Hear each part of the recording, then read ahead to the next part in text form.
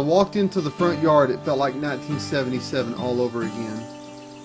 In my mind, I could hear the old country songs echoing throughout, and I could picture myself as a 7-year-old boy playing in the yard of this old farmhouse where my family once lived.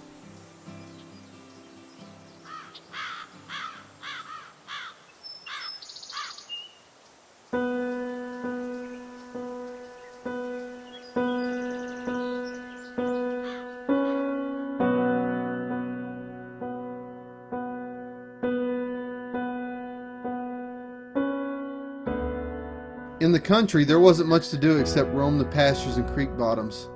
That brings us to this story.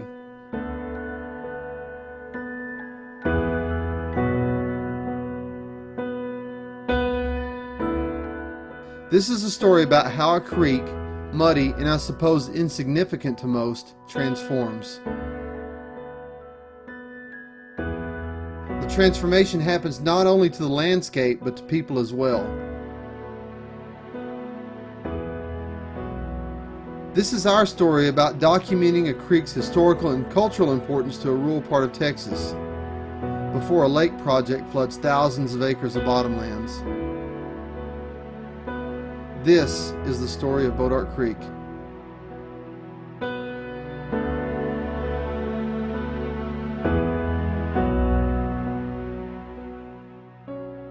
On a cool and muddy March day, Bubba and I headed back to the old farmhouse to explore the area where our Bois Creek adventures first began.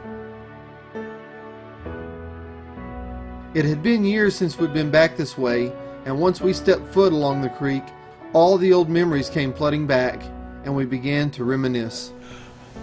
My earliest memories of Bois Creek is when I was a young boy. I think at age 11 or 12, my family had moved from Dallas, and we resided in a home about a mile from here, just off the banks of Bois Creek. And as a young boy, you know, this is where I really honed my outdoor skills, learned how to trap here. I ran a small trap line along the creek and a bunch of feeder creeks that feed here. And it was a great time. You know, when I honed my skills as a trapper here along Bois Creek, I used to catch the occasional raccoon and possums and sometimes a skunk. And one of the funniest memories I have about trapping along Bois Creek here as a young boy was actually catching a skunk and being downwind from it and my dog running up to it and the skunk spraying not only my dog but myself. My family's time along this stretch of Bois Creek was brief. We lived in the old farmhouse for about a year. Then the family moved back to the Dallas area so my dad could be closer to his job. However, that move only lasted for a few months and we relocated for good. On the final move, we found a small bit of ground overlooking the Bois Creek Valley just north of Dodge City. For our float trip, Bubba and I decided that we'd start our adventure where our love of the creek first began, close to that old farmhouse in Ed Hubie.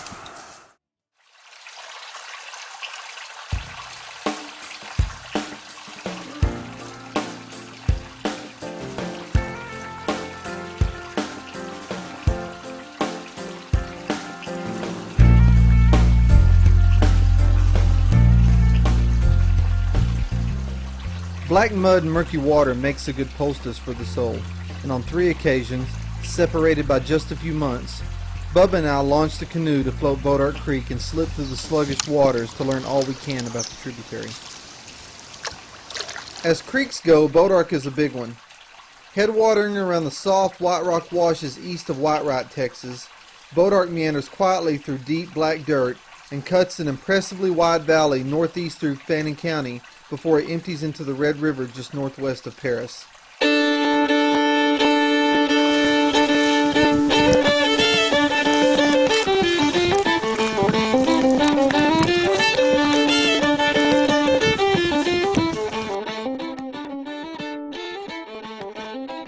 Periodically, we pass by a huge bodark tree from which the creek gets its name. The area and its abundant bodark trees were noted by the Red River Expedition of 1806. About 30 years later, Anglos settled the area along the creek, and it was Bailey English who established a permanent settlement when he built a timber blockade on 1,250 acres along the creek. The original town he platted was also known as Bodark, but in 1844 the town was renamed Bonham in honor of the fallen Alamo hero.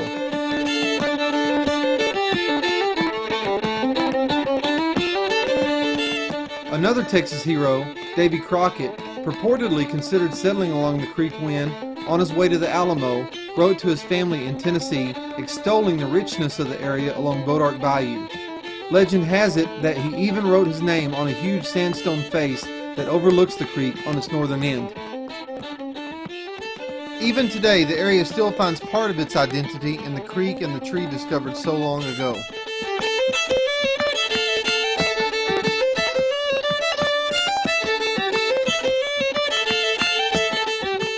Along the way, we pass a few signs of human interaction like an occasional highway bridge and not much else. Ultimately, we pass a spot in the woods where, in 1982, my pawpaw felled the final trees and cut a quarter-mile road through the woods all the way to the creek. A feat that, as I recall, was celebrated by our family as if we had just completed the Panama Canal. All signs of the road are gone now, but the memories are still fresh.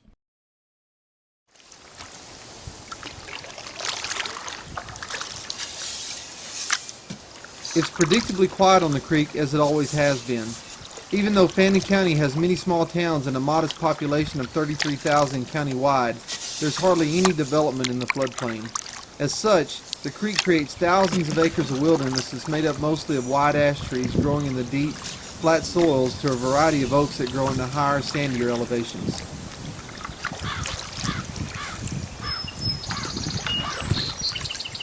While my family always sparingly cut the bottomland timber, I am dismayed to see such large patches of clear-cut areas on our canoe trip. In fact, on our first leg of the trip, we have to stop short because of huge brush piles and log jams created by the logging crews as they dumped brush into the stream. But this wasn't the first time we had dealt with the logging. In November of 2008, Bubba and I lamented the loss of the woods in an episode of our Hunt Junkies production.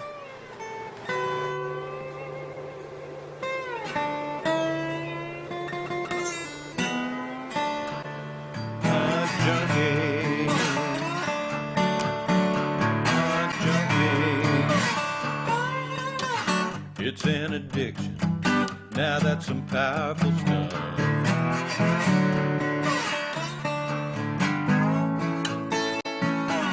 I just can't get enough, junkie.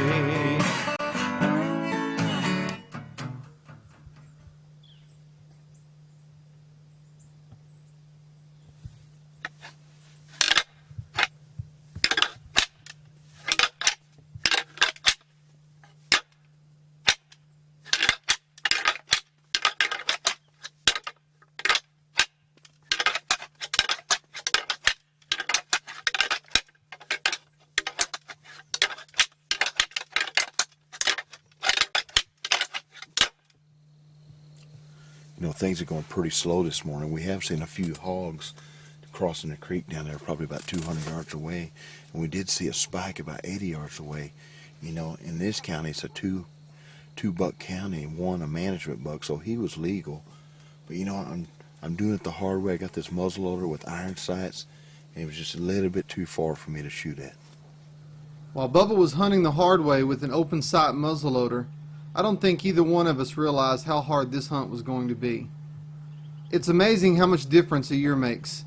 If you remember back to one of last year's episodes of Hunt Junkies, a lake project threatened to destroy 16,000 acres of old-growth bottomland in Fannin County.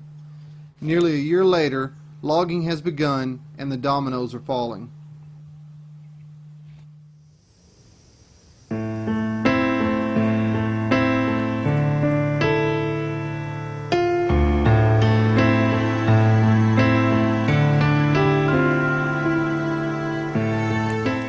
Since I can remember, I've been roaming these woods. Every fall since I was a little boy, I've been coming back here with my dad and my brother to hunt and commune with each other and with nature. In a few short years, though, the woods I know better than any other may be flooded to supply the greater Dallas Metroplex with water. Woods or water? Which is more important? Depending on who you talk to, the answer varies. At its core, though, this battle is one between big city water interests and rural folks trying to hang on to their land.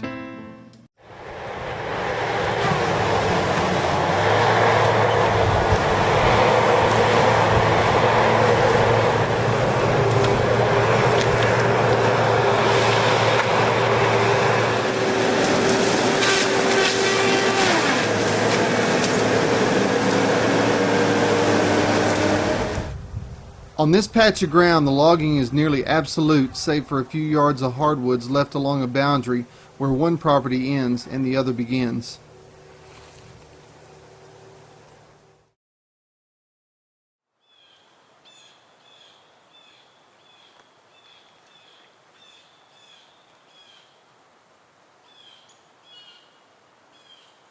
Exactly 1 year before this hunt, the woods were alive with the sounds of wildlife, and the hunting was as good as Bubba and I had ever experienced.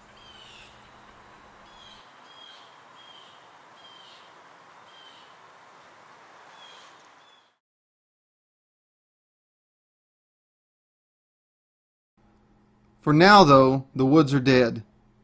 Sitting on what used to be 200 acres of old trees, I close my eyes and listen for the sounds of wild turkeys, crows, and owls, but now silence fills the gap.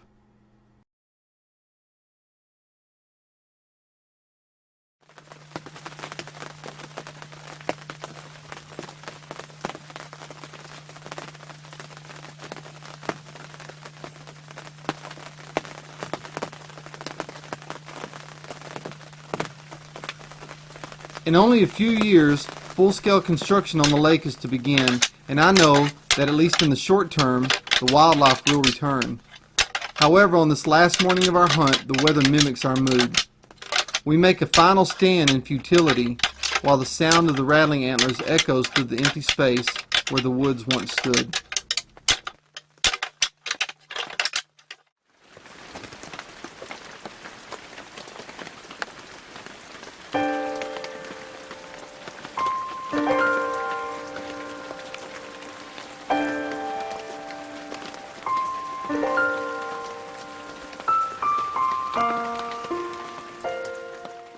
The politics of lakes and water law are complicated, and I do not profess to be an expert at either. Our trips and documentary projects have never been meant to take a hardline stance on either side of the water issue. Instead, these trips are merely a personal project meant to capture the creek's ecological and personal importance before it's forever changed. In the late fall of 2009, Bubba and I launched one more time to float the final part of our canoe trip. Up until now, we floated from southwest of Bonham all the way to the Red River. One conspicuous piece, however, the segment where we spent most of our days growing up, we saved for last. Depending on which account is accurate, somewhere between 62% and 90% of the old-growth hardwood bottomlands in northeast and east Texas are gone. A 50-year-long lake-building frenzy has helped precipitate the demise of the bottomlands, and ultimately, 16,000 acres of the proposed lower Bodark Creek Reservoir will soon be gone as well.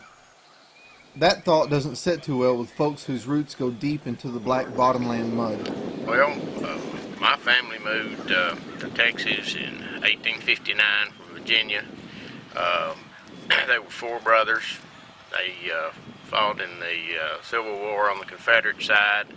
After the Civil War was over with, my great-great-grandfather moved over to this area, and our family has lived here along Bodark Creek ever since. The main thing about it is that this is an extremely shallow drainage down through here. As far as the fall of the land, it doesn't fall very fast, and because of that, they're going to undulate a loss of highly productive land for nothing. All you're going to end up with when it's all said and done is a huge mud flat. Like Bubba and I, Thump has a long history along the creek, and, coincidentally, our histories are intertwined as well. Thump's dad, Doc Witcher, was our family veterinarian for years when we still ran cattle in the creek bottom. Like anyone with an intimate knowledge of the creek, Thump understands the productivity of the creek bottom. As tell here on my place, it's a very productive ranch. Right across the creek from me over here is the largest single field in the county that's not broken up by either a creek or a fence or a tree line or something. There's 700 and something acres in one continuous field. And then if you go up and down the creek, you'll find that it goes back and forth. One side will be timber, the next side will be open, productive land of some type, either in farming or ranching. But it's a very diversified ecosystem down through here. Witcher's not the only one who understands how well the creek provides. Just a few miles upstream, Joe Carpenter has been making a living off the creek for half a century. I've really enjoyed living here on the creek. I've been here, lived on this place for about 32 years now, and had a lot of experiences, good and bad, with this old creek. I've had cattle washed away and nearly washed away, and but Bois Creek just provides. For years, Carpenter and his family raised dairy cattle in the creek bottom and milked them high up on a hill that overlooks the valley. In those years, he's seen the creek provide as well as take away from his livelihood. 82 was a pretty tough year. We had the tornado in early April of that year. The same one that hit Paris, Texas, hit us first here, and I had gone down the bottom on a little chore with my dad, and we were down there at the time when the tornado came through. We could see it coming from the west directly at us, and it was just throwing trees like matchsticks, and then it turned hard to the south up here on top of the hill, and I saw it blow up my neighbor's 2 barns. They just exploded like they'd had dynamite under them, and the thing really did sound like a train. It's just an awesome thing to watch real close up in person when you're within a quarter mile of it. And then in May, the next month, we had 13 inches of rain in 4 hours. And Paul Harvey took note of that. And you don't want to be on the national news because Paul Harvey points you out, but we were. And that's when I had about 30 head of cattle wash away, and I got them all back, but about 11 head, I think. And I learned not to PO cattle because I had PO'd a Jersey bull the week before, brought him home, and he was one of them that got washed away. So from now on, when I sell one, he's sold.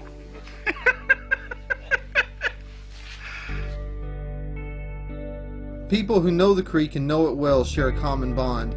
As Bubba and I float, we talk about people who live along the creek and stop periodically to visit old home places that existed in the valley. There's some bricks right here, and look how long those bricks have been there because they're just covered in moss. There's some more bricks over here. There's some tin. Look, here it is right here.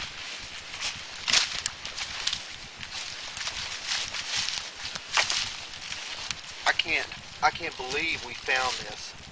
Look how deep this old well is. I remember when I was a kid, Bubba and I used to come up to this old well, and it's just right on the banks of Bois Creek.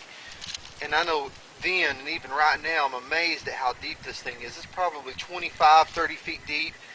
It's lined with thousands and thousands of bricks just stacked right on top of one another to keep the dirt from falling back in. I can't imagine how long it took someone or who actually hand dug this well. The neat thing about this well and the connection with it to our past is one of our friends' dad actually used to live in the house, and they would get their water from this well. We spend a bit of time out of the canoe to explore some of the places with which we are most familiar. We walk along some cedar uplands and eventually end up in an area where, supposedly, a regiment of Confederate soldiers once camped. When a few of the men in the group died, they were subsequently buried beneath some oak trees where a handmade cement marker now marks the graves.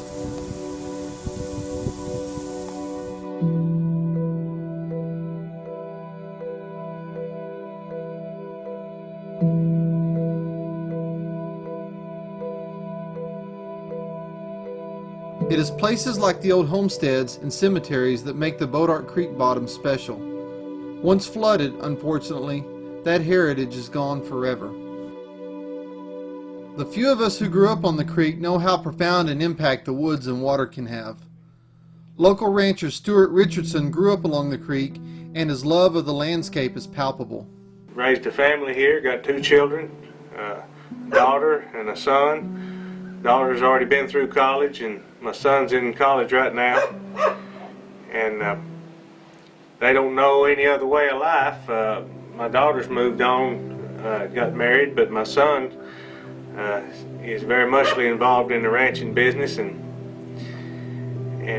we've just made a living, not a real glamorous one, but we've survived right here in north of Honey Grove, here on the Bois Creek and a few places around, just in the cattle business. Richardson is a third-generation rancher whose livelihood is made from what the creek and its rich bottomlands provide. He's the grandson of a sharecropper who's been involved in ranching all of his life. A lifelong native of Fannin County, Richardson reflects on the ranching life and how it's threatened by the proposed reservoir. Well, I grew up following my uncle around, really, up and down Bois Creek. He was a old-time fisherman and hunter. He fished in Bois with throw lines, and he trapped coons and possums and sold their hides. And I, as a young boy, my first memories are following him around down there in the Bois bottom, and those big bottoms were just really something magical to me. And so I grew up hunting and fishing down there, and so I taught my son the same things. He grew up hunting and fishing and prowling up and down the Bois and Honey Grove Creek as well. I don't own any land in the Bois Creek area either, but I have worked on that same place where I have leased now since the mid-'80s, and I worked for other people. And then in about 99 or 2000, I actually went in business there on the same ranch myself. I leased the same ranch myself, and so all my adult life has been right there. And so I may not own it, but I've been there for 25 plus years, and I know every inch of it. And I feel like that when you work the land like that as a rancher, you know, you want the best for it, and you want to take care of it. And I just feel like I have really, it's part of me. It's part of who I am. And you know, if you build a lake down there, it takes that away instantly and forever. You know, you don't just pick up a 1,500 acre ranch and move somewhere else and go again. You know, there's already something there. So yeah, it's going to change my life and my family's life, and honestly my family's future forever. Later on, Stewart's thoughts linger with me as Bubba pushes the canoe from the mud and takes a seat in the back of the Old Town 18-footer.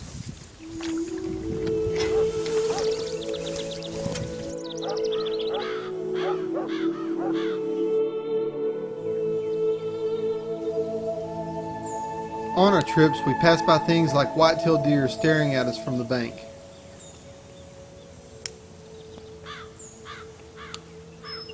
Over the years, we've seen animals along the creek's margins that aren't even supposed to exist in Fannin County if you believe most biological texts. We've seen badgers, and just recently, Bubba and I saw 10 river otters on one canoe trip.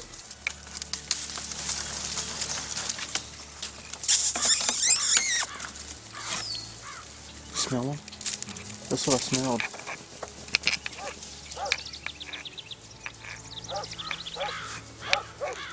Here we go. Get close.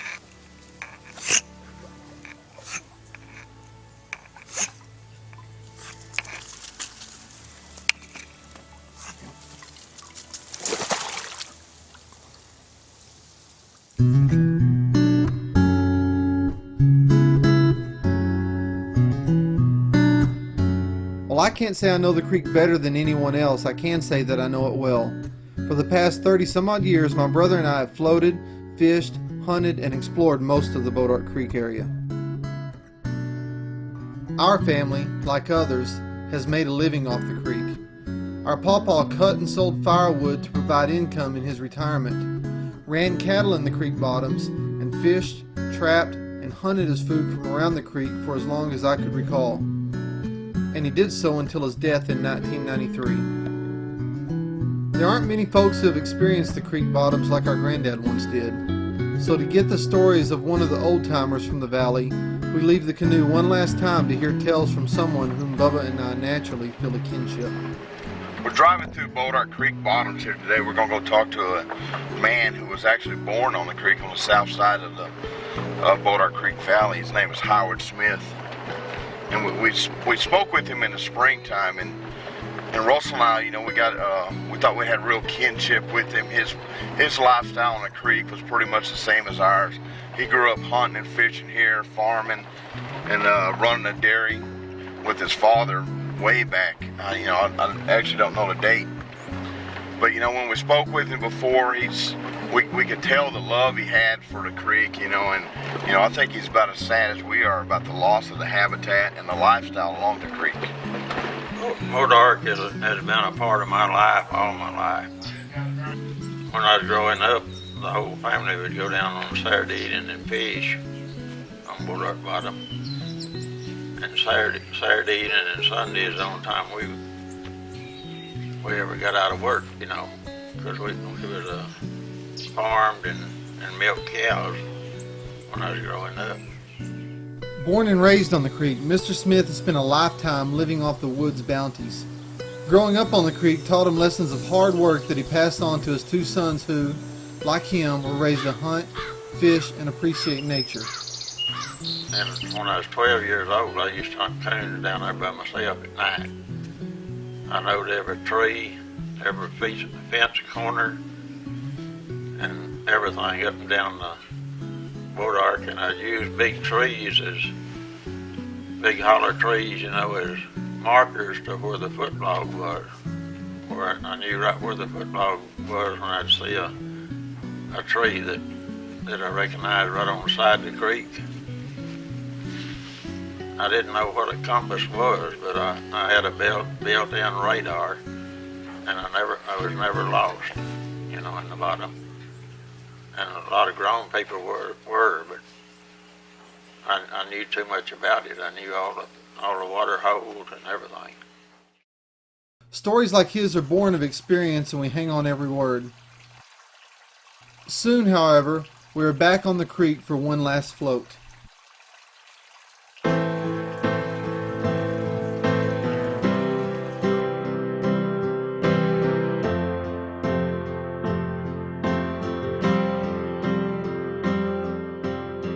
It's a little bit sad to think that things are changing here, and they're changing fast. For maybe 1,000 years, this bottomland ecosystem's been forming. Each bend in the creek and each old tree has a story to tell if you're willing to listen. If outside powers ultimately have their way, a big part of this valley will irreparably change forever.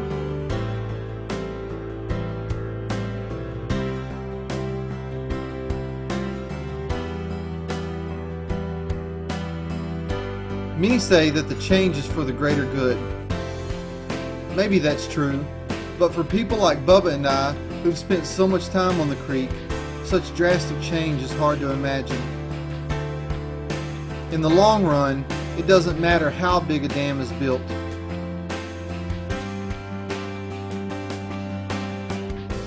For 3 generations, the Graves family has had creek water in their veins, and a lake won't change that.